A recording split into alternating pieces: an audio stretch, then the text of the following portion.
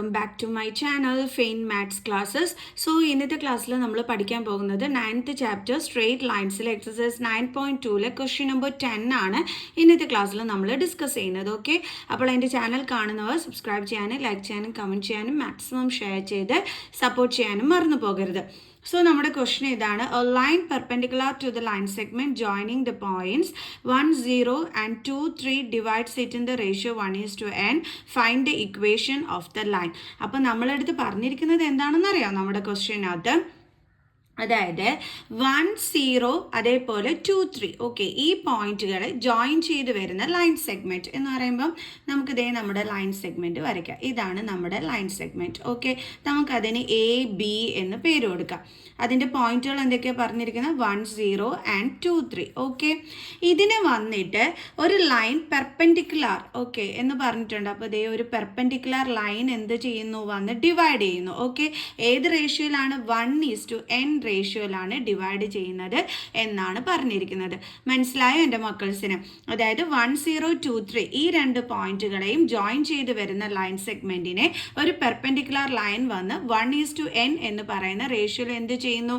Divide ചെയ്യുന്നു. Okay, അപ്പോൾ നമുക്ക് ഈ പെർപെൻഡിക്കുലർ ലൈനിന് CD എന്ന് നമുക്ക് പേരും കൊടുക്കാം. ഓക്കെ, എന്നിട്ട് നമ്മളെടുത്ത് പറഞ്ഞിരിക്കുന്നത് ഈ പെർപെൻഡിക്കുലർ ലൈൻ ഉണ്ടല്ലോ, നമ്മൾ ഈ ലൈൻ സെഗ്മെന്റിനെ ഡിവൈഡ് ചെയ്യുന്ന അതിൻ്റെ ഇക്വേഷൻ കണ്ടുപിടിക്കാനാണ് നമ്മളെടുത്ത് പറഞ്ഞിരിക്കുന്നത്. ഓക്കെ, ഇപ്പോൾ ക്ലിയർലി നിങ്ങൾക്ക് മനസ്സിലായി കാണുമെന്ന് മിസ് വിചാരിക്കുന്നു. നമുക്ക് അന്നേരം AB ലൈൻ ഉണ്ടല്ലോ, അതിന് നമുക്ക് L1 എന്നും പേര് കൊടുക്കാം, CD ലൈൻ ഇതിന് L2 എന്നും പേര് കൊടുക്കാം. ഓക്കെ, അപ്പം നമ്മൾ കണ്ടുപിടിക്കേണ്ടുള്ളത് ഈ L2ൻ്റെ ഇക്വേഷനാണ് നമ്മൾ കണ്ടുപിടിക്കേണ്ടുള്ളത് ഈ ഒരു പെർപെൻഡിക്കുലർ ലൈനിൻ്റെ. ഓക്കെ, എങ്ങനെ നമുക്കിതിനെ കണ്ടുപിടിക്കാനായിട്ട് പറ്റും?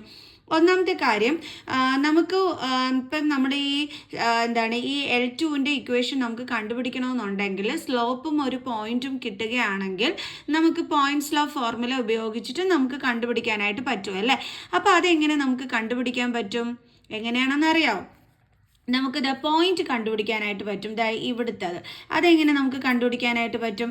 ഒന്നാമത്തെ കാര്യം, ഇവിടെ നമുക്ക് റേഷ്യോ തന്നിട്ടുണ്ട്, ഈ രണ്ട് പോയിന്റുകളും തന്നിട്ടുണ്ട്. അപ്പം നമ്മൾ കോർഡിനേറ്റ് ജോമെട്രി ചാപ്റ്ററിനകത്ത് കഴിഞ്ഞ വർഷം സെക്ഷൻ ഫോർമുല പഠിച്ചിട്ടുണ്ടായിരുന്നു. അപ്പം അത് യൂസ് ചെയ്തുകൊണ്ട് നമുക്ക് ഈ ഡീൻ്റെ പോയിന്റുകൾ കണ്ടുപിടിക്കാൻ പറ്റും. ഓക്കെ, പിന്നെ എങ്ങനെ നമുക്ക് സ്ലോപ്പ് കണ്ടുപിടിക്കാൻ പറ്റും? ഒന്നാമത്തെ കാര്യം, ഇവിടെ ലൈൻ പെർപെൻഡിക്കുലർ ആണെന്ന് പറഞ്ഞിട്ടുണ്ട്. ആണല്ലോ, പെർപെൻഡിക്കുലർ എന്നാണ് നമ്മളടുത്ത് തന്നിരിക്കുന്നത്. അപ്പം രണ്ട് ലൈനുകൾ പെർപെൻഡിക്കുലർ ആണെന്നുണ്ടെങ്കിൽ നമ്മളെടുത്ത് എന്ത് നമുക്ക് യൂസ് ചെയ്യാൻ പറ്റും? നമ്മൾ പഠിച്ചിട്ടുണ്ട്, എന്താണ് പഠിച്ചിട്ടുള്ളത്? The product of their slope is -1 എന്ന് പഠിച്ചിട്ടുണ്ട്. അതായത് m1 × m2 is equal to -1 എന്ന് നമ്മൾ പഠിച്ചിട്ടുണ്ട്. അപ്പോൾ നമുക്കൊരു കാര്യം ചെയ്യാം. ഈ ഒരു ഈ ലൈൻ, അതായത് AB ലൈൻ സെഗ്മെൻറ്റിൻ്റെ സ്ലോപ്പിനെ നമുക്ക് m1 ആയിട്ട് എടുക്കാം, ഇതിൻ്റെ സ്ലോപ്പിന് നമുക്ക് m2 ആയിട്ട് എടുക്കാം. ഓക്കെ, അപ്പോൾ ഈ m1 × m2 എന്താണെന്ന് നമ്മൾ പഠിച്ചിട്ടുണ്ട്? -1 ആണെന്ന് പഠിച്ചിട്ടുണ്ട്. അപ്പോൾ ഈ ഒരു ഫോർമുല യൂസ് ചെയ്തും കൊണ്ട് നമുക്ക് എന്ത് ചെയ്യാൻ പറ്റും? ഈ ഒരു ലൈനിൻ്റെ സ്ലോപ്പും നമുക്ക് കണ്ടുപിടിക്കാനായിട്ട് പറ്റും. പിന്നെ നമുക്ക് ഈ പോയിന്റും സ്ലോപ്പും നമ്മൾ കണ്ടുപിടിച്ച് കഴിഞ്ഞാൽ പിന്നെ നമുക്ക് സുഖമായിട്ട് ആൻസർ കണ്ടുപിടിക്കാമല്ലോ അല്ലേ? നമുക്ക് എന്തുപയോഗിച്ചിട്ട് കണ്ടുപിടിക്കാനായിട്ട് പറ്റും? പോയിന്റ്സ് ലോ ഫോർമുല യൂസ് ചെയ്തിട്ട് നമുക്ക് കണ്ടുപിടിക്കാനായിട്ട് പറ്റും അല്ലേ? എന്താണ് നമ്മുടെ പോയിന്റ്സ് ലോ ഫോം എന്ന് പറയുന്നത്? y - y0 is equal to m × x - x0. അപ്പോൾ ഈ ഒരു ഫോർമുല യൂസ് ചെയ്തും കൊണ്ട് നമുക്ക് ഫൈനൽ ആൻസർ കണ്ടുപിടിക്കാനും പറ്റും. അപ്പോൾ അതാണ് നമ്മൾ ഈ ഒരു ക്വസ്റ്റ്യനകത്ത് ചെയ്യാനായിട്ട് പോണത്. ഇങ്ങനെയൊക്കെ പറയുന്നത് കേട്ട് തന്നെ നിങ്ങൾക്ക് മനസ്സിലാവണമെന്നില്ല. അപ്പോൾ മിസ് ഓരോന്ന് ചെയ്ത് കാണിക്കാം, അപ്പോൾ നിങ്ങൾക്ക് ഒന്നും കൂടി ക്ലിയർ ആയിക്കോളും. മിസ് ജസ്റ്റ് ഒരു ക്ലൂ തന്നതാണ് നമ്മൾ എങ്ങനെയാണ് ഇത് ചെയ്യാൻ പോണെന്നുള്ളത്. അപ്പോൾ ഫസ്റ്റ് മിസ് പറഞ്ഞ സ്റ്റെപ്പ് എന്തായിരുന്നു? നമ്മൾ സെക്ഷൻ ഫോർമുല യൂസ് ചെയ്തും കൊണ്ട് ഡിയുടെ പോയിന്റ് കണ്ടുപിടിക്കുന്നു. ഓക്കെ, സെക്കൻഡ് സ്റ്റെപ്പ് എന്തായിരുന്നു മിസ് പറഞ്ഞിരുന്നത്? നമുക്ക് സ്ലോപ്പ് വേണം ഈ ഒരു ലൈനിൻ്റെ അല്ലേ? ആ സ്ലോപ്പ് കണ്ടുപിടിക്കാൻ വേണ്ടിയിട്ട് നമ്മൾ ഇത് യൂസ് ചെയ്തും കൊണ്ട് സ്ലോപ്പ് കണ്ടുപിടിക്കും. പിന്നെ തേർഡ് സ്റ്റെപ്പ് നമ്മൾ പറഞ്ഞത് പോയിന്റ്സ് ലോ ഫോർമുല യൂസ് ചെയ്തും കൊണ്ട് ഫൈനൽ ആൻസറും കണ്ടുപിടിക്കും എന്നുള്ളതാണ്. അതായത് നമ്മുടെ ലൈനിൻ്റെ ഇക്വേഷൻ കണ്ടുപിടിക്കുക എന്നുള്ളതാണ്. അപ്പോൾ നമുക്ക് ചെയ്തു തുടങ്ങാം. അപ്പോൾ നമ്മൾ ആദ്യം ചെയ്യാൻ പോകണം, നമ്മുടെ ഫസ്റ്റ് സ്റ്റെപ്പ് എന്താണ്? സെക്ഷൻ ഫോർമുല യൂസ് ചെയ്തും കൊണ്ട് കോർഡിനേറ്റ്സ് ഓഫ് ഡി കണ്ടുപിടിക്കുകയാണ് നമ്മൾ ആദ്യത്തെ സ്റ്റെപ്പിൽ ചെയ്യാനായിട്ട് പോണത്. അപ്പോൾ നമുക്ക് ചെയ്യാം. by section formula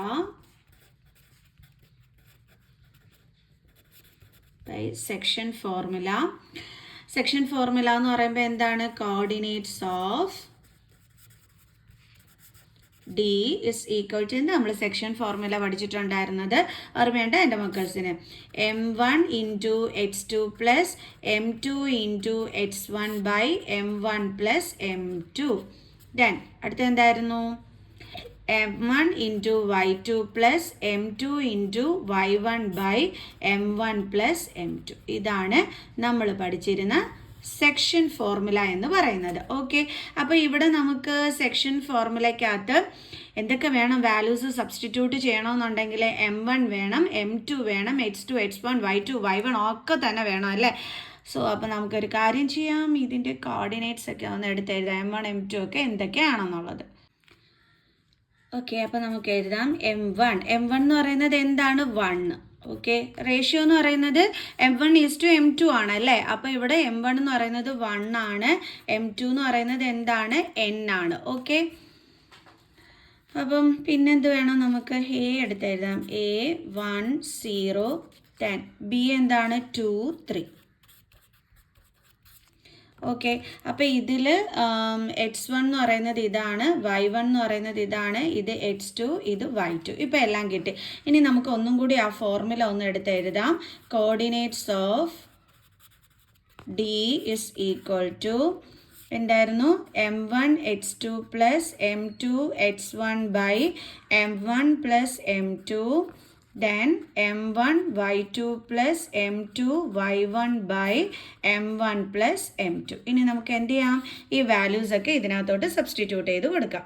is equal to m1 എന്താണ്? 1 ഇൻറ്റു x2 എന്ന് പറയുമ്പോൾ 2 പ്ലസ് m2 എന്ന് പറയുന്നത് n ഇൻറ്റു x1 എന്ന് പറയുന്നത് 1 ബൈ m1 1 ആണ്, m2 n ആണ്. ഓക്കെ, കോമ ദെൻ m1 എന്ന് പറയുന്നത് 1 ആണ്, y2 എന്ന് പറയുന്നത് 3 ആണ്, പ്ലസ് m2 എന്ന് പറയുന്നത് n ആണ്, y1 എന്ന് പറയുന്നത് 0 ആണ്, ബൈ m1 എന്ന് പറയുന്നത് 1ഉം m2 n ആണ്. അപ്പോൾ 1 പ്ലസ് n. Okay, clear? ഇനി നമുക്കിതിൻ്റെ ബാലൻസ് ചെയ്യാം. അപ്പോൾ ഈസ് ഈക്വൽ ടു 1 ഇൻറ്റു 2 എന്ന് പറയുമ്പോൾ 2 plus n into 1 n by 1 plus n.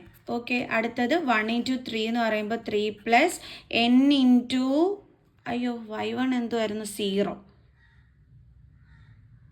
Okay, അപ്പോൾ അതെന്ത് വരും? n ഇൻറ്റു 0 എന്ന് പറയുമ്പോൾ 0 ബൈ 1 പ്ലസ് n.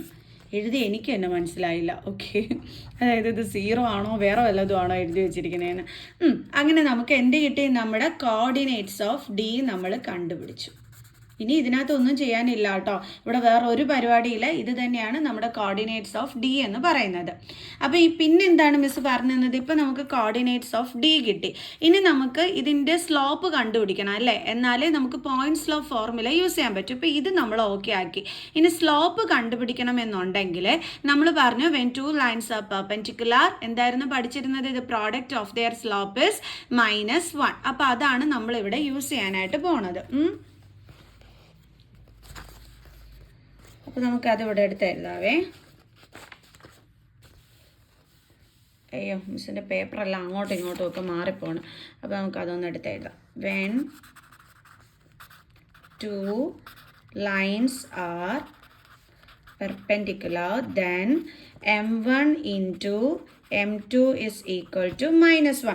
കാരണം ഇത് പെർപെൻഡിക്കുലർ ലൈൻ ആണെന്ന് പറഞ്ഞിട്ടുണ്ട്. അപ്പോൾ പെർപെൻഡിക്കുലർ ലൈൻ ആകുമ്പോഴത്തേക്ക് എന്താണ് നമ്മൾ പഠിച്ചിട്ടുള്ളത്? m1 into m2 is equal to -1 എന്നാണ് നമ്മൾ പഠിച്ചിട്ടുണ്ടായിരുന്നത്.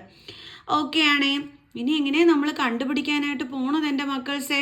ഇതിൽ നിന്ന് നമുക്ക് ഈ m1-ൻ്റെത് നമുക്ക് കണ്ടുപിടിക്കാനായിട്ട് പറ്റുമല്ലോ. എങ്ങനെയാണ്? m1 എന്ന് പറഞ്ഞു കഴിഞ്ഞാൽ നമുക്ക് എങ്ങനെ എടുക്കാം? y2 മൈനസ്, അതായത് ഇതിൻ്റെ സ്ലോപ്പ് ഇപ്പോൾ M1 എന്ന് പറയുന്നത് ഇതാണ്. ഓക്കെ, അതിൻ്റെ സ്ലോപ്പ് നമുക്ക് കണ്ടുപിടിക്കാൻ ഈസി അല്ല. അതായത് M1 കണ്ടുപിടിക്കാൻ നമുക്ക് ഈസി അല്ലേ, കാരണം നമുക്കിവിടെ 2 പോയിന്റുകൾ തന്നിട്ടുണ്ട്. അത് വെച്ചിട്ട് നമുക്ക് സ്ലോപ്പ് കണ്ടുപിടിക്കാമല്ലോ. എങ്ങനെയാണ്? y2 minus y1 by x2 minus x1. അത് യൂസ് ചെയ്തുകൊണ്ട് നമുക്ക് AB ലൈനിൻ്റെ അതായത് L1 അതിൻ്റെ എന്ത് കണ്ടുപിടിക്കാനായിട്ട് പറ്റും? സ്ലോപ്പ് കണ്ടുപിടിക്കാനായിട്ട് പറ്റും. സോ നമ്മൾ ഫസ്റ്റ് ഓഫ് ഓൾ അപ്പോൾ നമ്മൾ ചെയ്യാൻ പോണത് ഈ ഒരു L1 സ്ലോപ്പ് കണ്ടുപിടിക്കാൻ പോവുകയാണ്. സ്ലോപ്പ് കണ്ടുപിടിക്കാനുള്ള ഫോർമുല എന്താണ്? y2 minus y1 by x2 minus x1. അപ്പോൾ നമ്മൾ എന്താണ് ചെയ്യാൻ പോകുന്നത് ഒന്നും കൂടി മിസ് എടുത്ത് പറഞ്ഞുതരാം. ഈ ഒരു ലൈനിൻ്റെ അതായത് L1 സ്ലോപ്പ് നമ്മൾ കണ്ടുപിടിക്കുകയാണ്, M1. എന്നാലേ നമുക്കിവിടെ സബ്സ്റ്റിറ്റ്യൂട്ട് ചെയ്ത് M2 കണ്ടുപിടിക്കാൻ പറ്റും. അതായത് ഈ ഒരു ലൈനിൻ്റെ ഈ ഒരു സ്ലോപ്പ് നമുക്ക് കണ്ടുപിടിക്കാനായിട്ട് പറ്റത്തുള്ളൂ. ഓക്കെ, അപ്പോൾ നമ്മൾ എന്താണ് കണ്ടുപിടിക്കാൻ പോകുന്നത്? M1. അപ്പോൾ നമുക്ക് M1 is equal to y2 minus y1 by x2 minus x1 is equal to, ഇനി y2 മൈനസ് y1, അപ്പോൾ y2 y1 x2 x1 ഒക്കെ തന്നെ നമുക്ക് വേണം അല്ലേ. സോ അപ്പോൾ നമുക്ക് ദേ ഈ പോയിന്റുകളൊന്ന് എടുത്ത് സൈഡിൽ എഴുതാം, എയും ബിയും. A is equal to 1 0 ആണ്, B എന്ന് പറയുന്നത് 2 3 ആണ്. ഓക്കെ, അപ്പോൾ ഇനി നമുക്ക് x1 y1 ഒക്കെ മാർക്ക് ചെയ്യാം. ഇത് x1, ഇത് y1, ഇത് x2, ഇത് y2. ഇനി നമുക്ക് ചെയ്യാം. അപ്പോൾ y2 എന്ന് പറയുന്നത് ആരാണ്? 3. ഇങ്ങനെ എഴുതി വെച്ചിട്ട് ചെയ്തില്ലെങ്കിൽ തിരിഞ്ഞു പോകും, അതുകൊണ്ടാണ്. y1 എന്ന് പറയുന്നത് 0 ബൈ x2 എന്ന് പറയുന്നത് 2 മൈനസ് x1 എന്ന് പറയുന്നത് 1. അപ്പോൾ നമുക്ക് എന്താ കിട്ടിയത്? 3 ബൈ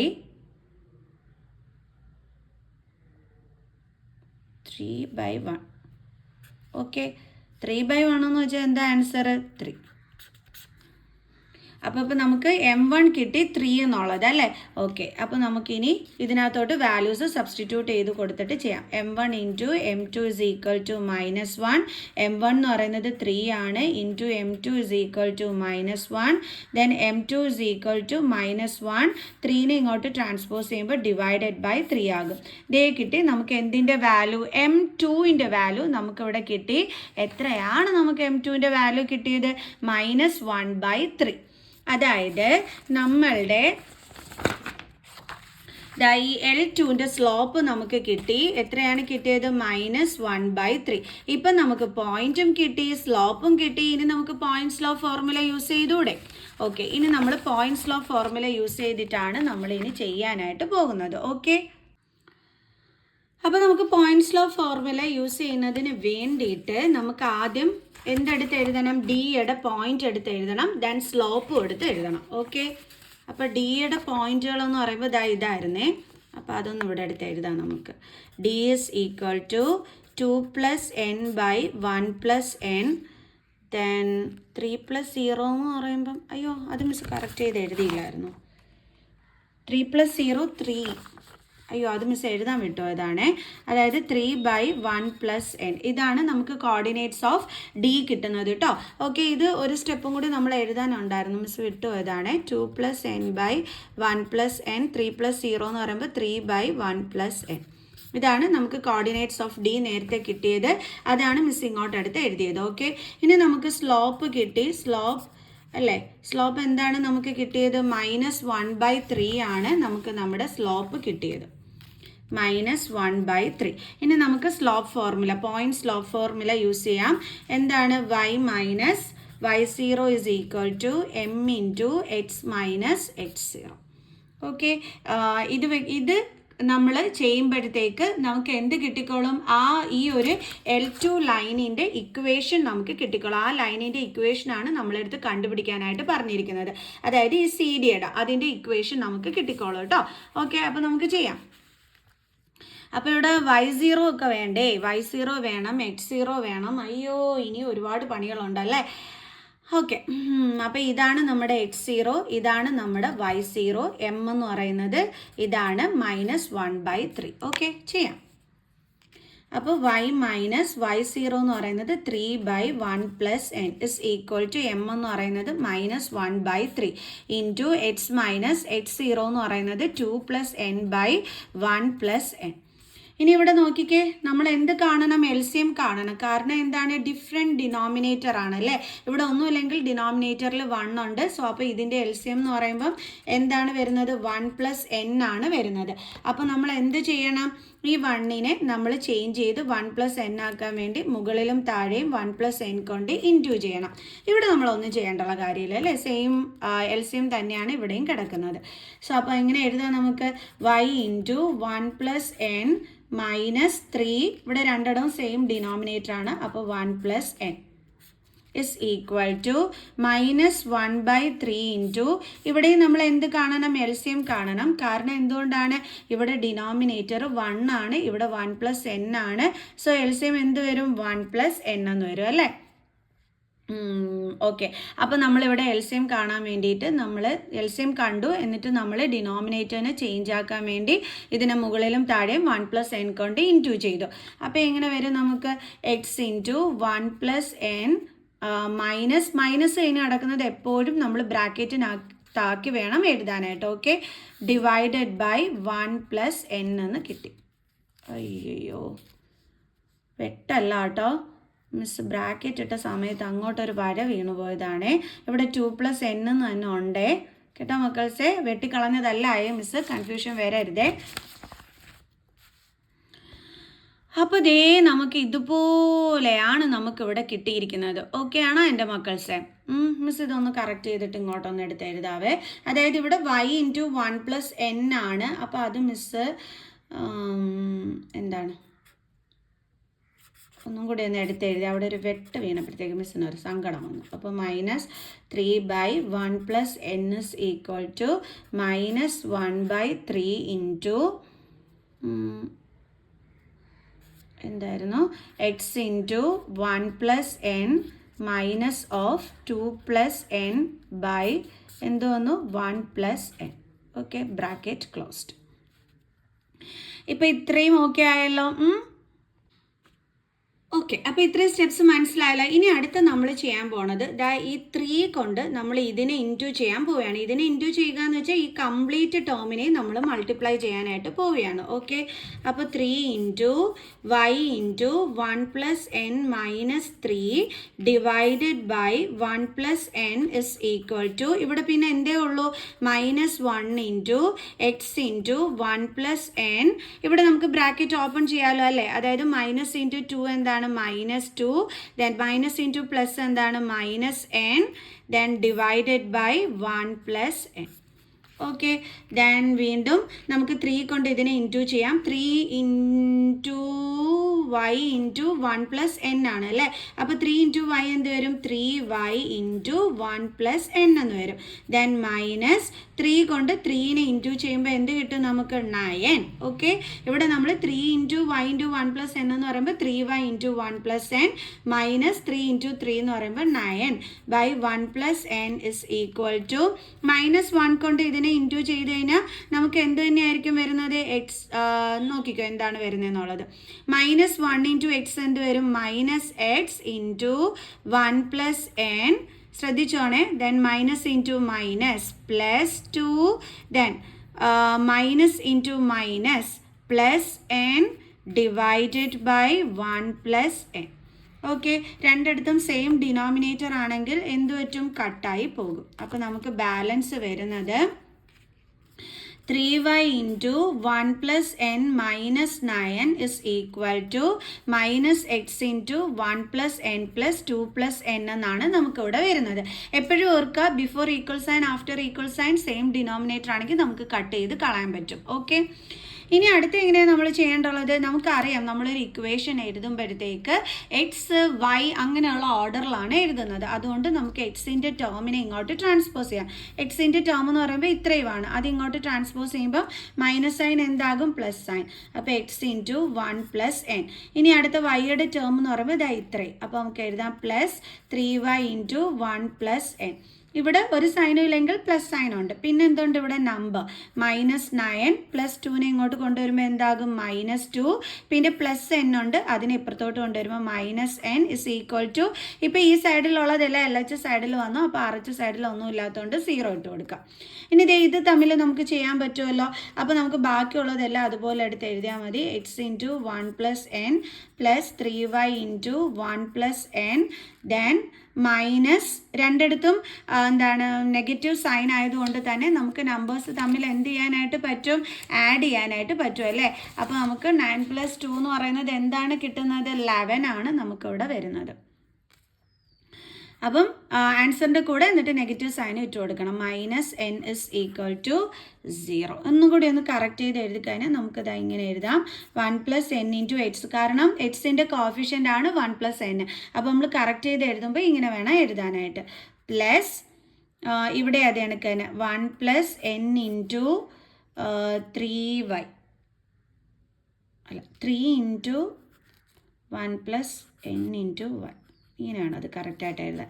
അതായത് വൈയുടെ കോഫിഷ്യൻ്റ് ആണ് 3ഉം 1 + n. അപ്പോൾ നമ്മൾ 3 × 1 + n എന്ന് വേണം എഴുതാനായിട്ട്. -11 - n ഇസ് ഈക്വൽ ടു 0. കണ്ടോ, ഇതാണ് നമ്മുടെ കറക്റ്റ് ആൻസർ. ഇതെന്ന് പറയുന്നത് നിങ്ങൾക്ക് എഴുതിയത് മനസ്സിലായോ? നമ്മൾ എഴുതുമ്പോൾ എപ്പോഴും എക്സിൻ്റെ കോഫിഷ്യൻറ്റ് അത് വേണം ഫസ്റ്റ് എഴുതാൻ. അതുകൊണ്ടാണ് മിസ് ഇത് കറക്റ്റ് ചെയ്ത് 1 + n × x എന്നാക്കിയത്. ഇവിടെ വൈയുടെ കോഫിഷ്യൻ്റ് എന്ന് പറയുമ്പോൾ 3ഉം 1 + n ആണ്. അപ്പോൾ 3 × 1 + n × y, പിന്നെ -11 - n ഇസ് ഈക്വൽ ടു 0. ഇതാണ് നമ്മുടെ എന്തിൻ്റെ ഇക്വേഷൻ എന്ന് പറയുന്നത്, നമ്മുടെ L2 ലൈനിൻ്റെ ഇക്വേഷൻ എന്ന് പറയുന്നത്. അയ്യോ, അത് വരച്ച പേപ്പർ കാണുന്നില്ല, വെയിറ്റിൻ്റെ മക്കൾസേ. അതായത് നമ്മളുടെ ഈ ഒരു ലൈനിൻ്റെ ഇക്വേഷൻ എന്ന് പറയുന്നത് ഇത്രയും വലുതായിരുന്നു അല്ലേ. അപ്പോൾ നിങ്ങളിങ്ങനെ എഴുതിക്കോണം, equation of the line L2 is equal to എന്താണ് കിട്ടിയത്, 1 + n × x plus 3 × 1 + n × y -11 - n is equal to 0. Clear? ഒരു ലോങ് ക്വസ്റ്റ്യൻ ആയിരുന്നു അല്ലേ. അപ്പോൾ എല്ലാവർക്കും മനസ്സിലായി കാണുമെന്ന് വിചാരിക്കുന്നു. സോ അടുത്ത 11th ക്വസ്റ്റ്യനുമായിട്ട് അടുത്ത വീഡിയോയിൽ കാണുന്നത് വരെ ബൈ.